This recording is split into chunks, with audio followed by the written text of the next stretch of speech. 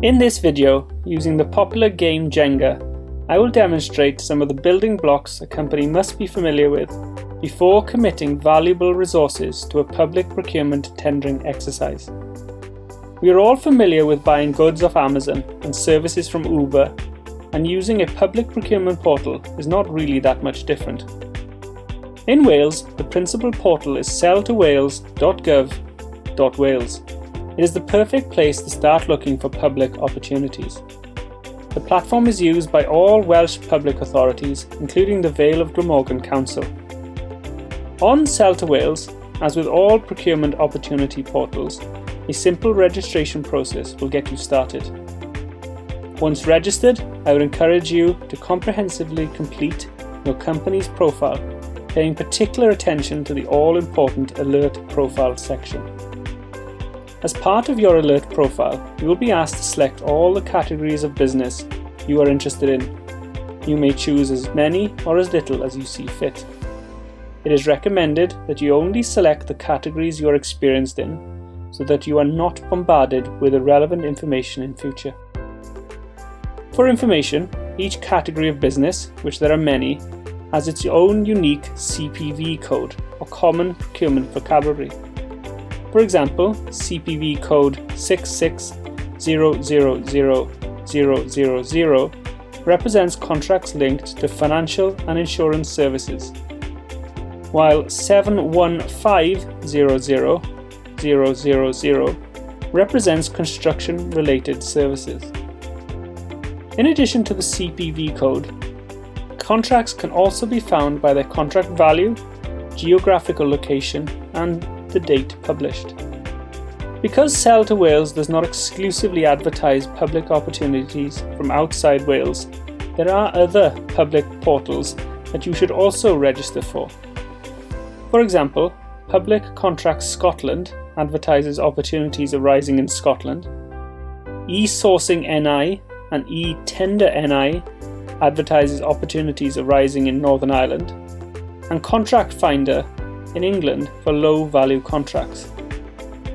Following Brexit, you will also need to familiarise yourself with Find a Tender for those larger UK contracts, and Tenders Electronic Daily, also known as TED, for opportunities in Europe.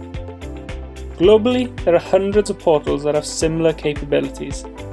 It would be fair to say that finding a public opportunity is the easy bit. Responding to a public contract is a lot more challenging, but it does share some similarities to answering a job advert. A tender or bid is your chance to sell your products and services in a way that makes it clear to a public buyer that you can confidently deliver against and exceed a minimum level of criteria specified in the opportunity itself. Tendering is a time-intensive business. The amount of effort required to pull together a comprehensive proposal should not be underestimated. You will need to calculate your own cost-to-benefit ratio by factoring in some of the pros and cons of working for the public sector. For the remainder of this video, we shall compare public procurement and public tendering to playing a game of Jenga. By the way, this is not strictly how you play Jenga, as you will see, but you'll get the idea. Hopefully, it will get you thinking. To start the game, we have two players. Player 1, the buyer, and Player 2, the supplier. The buyer starts the game by assembling a large tower made of blocks. The buyer's tower will always be incomplete. It will have many holes. These holes represent the buyer's problem. The more gaps that exist in the tower, the greater the level of expectation on Player 2, the supplier. The tower blocks represent the various components of the contract specification. The tower in this analogy represents the contract opportunity. Once the buyer has finished building the contract opportunity, he or she will signal to Player 2 that it's their turn to participate. In reality, this will be achieved by posting an advert on one of the public procurement portals mentioned previously, such as Sell to Wales. At this stage, the supplier is now responsible for filling the tower's gaps with their blocks, which we should call the supplier's solution. To aid the supplier's building or bidding process, the supplier can ask the buyer questions about their tower. The resulting answer may or may not shape the blocks the supplier plays in future. The supplier who completes the tower best with those perfectly crafted blocks without knocking the tower over wins the game. Jenga. In our analogy, player 2 can play 8 blocks. Block 1 represents the supplier's tender development and innovation capabilities. A tender team or bid leader should be established to fully critique the opportunity.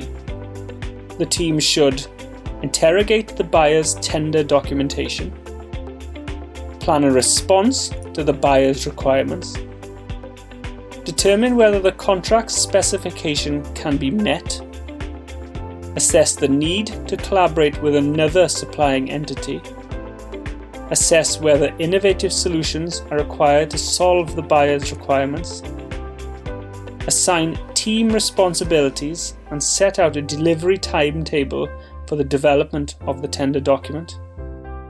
Use document sharing tools to allow other bid members to contribute to the bidding process. And develop a bid library, if one is not already in place, to hold content that will support the following blocks now and in the future. Block 2 is the supplier's track record. The purpose of the track record block is to demonstrate that you have sufficient and relevant industry experience linked to the requirements of the contract. This can be achieved by communicating key information linked to historical projects delivered over the past 5 to 10 years, or whatever time frame the buyer specifies. Case studies are a great way of communicating large amounts of information pertaining to your track record. Case studies can be used to summarize a successfully delivered past project to the buyer. Methodology represents Block 3. The most time-intensive part of writing a tender is detailing the tender's methodology. Using a cooking analogy, you are telling the reader, using a set of instructions, how to make something from a list of ingredients. You will be describing how tasks will be completed in future and how your expertise, knowledge and know-how will deliver superior outcomes and outputs for the buyer. Where appropriate, evidence should also be provided to demonstrate that these instructions have been used successfully in the past. Don't just tell the buyer your methods are unique, you also need to prove it. Block 4 is our policy block. To form a favourable impression with a public buyer, your bid should demonstrate how you are intimately familiar with national, regional and, where required, organisational policies. For example, public entities in Wales, the UK and globally are increasingly introducing more demanding and time-critical policies on carbon emissions reductions, gender equality and sustainability, to name just a few. In Wales, the Well-being of Future Generations Wales Act 2015 is just one policy that is setting the political tone and business landscape for the country we want to see. During the course of your bid, you should communicate and evidence how these umbrella policies have shaped the way that you work. Block 5, Delivery Plan. To complement your methodology, you should illustrate the relationship between project activities, the estimated time to perform those activities, and the individual or team that is responsible for undertaking project activities. A hierarchical diagram should also be used to show the relationship between team members. Effective communication is essential in managing a public procurement contract. Your delivery plan should clearly outline how you would maintain regular contact with the buyer throughout the contract. Block 6, Team Roles and Key Responsibilities. Communicating and evidencing the experience of your project team is vital. You should describe and sell the credentials of your human assets in a way that communicates their benefits to the buyer. Having a bank of CVs for all team members to call upon during the bid writing process is a must. Similarly, the same can be said for your products and services. Describe their purpose and sell the benefits clearly, using clear, definitive language. Where possible, demonstrate to the buyer, using a simple comparative table, that your team, products and services can more than meet the buyer's requirements. Block 7. Risk and Quality Management. Risk and quality management is considered a cross-cutting theme. Whilst this item has its own unique block, its contents should be evident in every single block of the bid. At all times, you should communicate the methods, the systems, and the strategies you will use to reduce delivery risks and in parallel increase the quality of the products and services you offer. In some industries, company accreditations and certifications play a vital role in demonstrating to a public buyer the operational capabilities of your organization. Where required, these items should be invested in, kept up to date, and used as evidence to show your company's credentials. Block 8. Financial Proposal. Your financial proposal is the final component to your bid. It is an area that you will know better than anyone else. Take the time to understand what your competitors are doing and price your proposal as competitively as possible.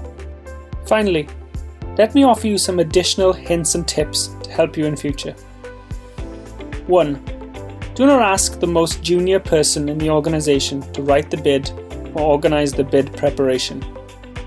The best person to lead this exercise is somebody who has an excellent overview of all aspects of the organisation. 2. Keep and maintain a list of social values your company offers with real examples of how you've utilised these initiatives on past public or private contracts. 3. It is recommended that you prepare a case study at the end of each contract and add it to your bid library to be called upon as required during the bid writing process. 4. Have references and testimonials from past clients readily available in your bid library. Having others saying you are great just promotes buyer confidence. 5. Answer every bid question in full, even if it means repeating information presented earlier in your bid. 6. Concentrate your efforts on areas of the tender that the buyer has weighted heavily. 7. Ask a third party to review the contents of your draft bid prior to submission. I hope this Jenga meets public procurement video has simplified some of the mysteries of public procurement and the bidding process. Public procurement has seemingly developed its own language, and as a result, there is a lot of jargon and abbreviations used. Make an effort to understand it. And finally, I'd just like to thank you for listening.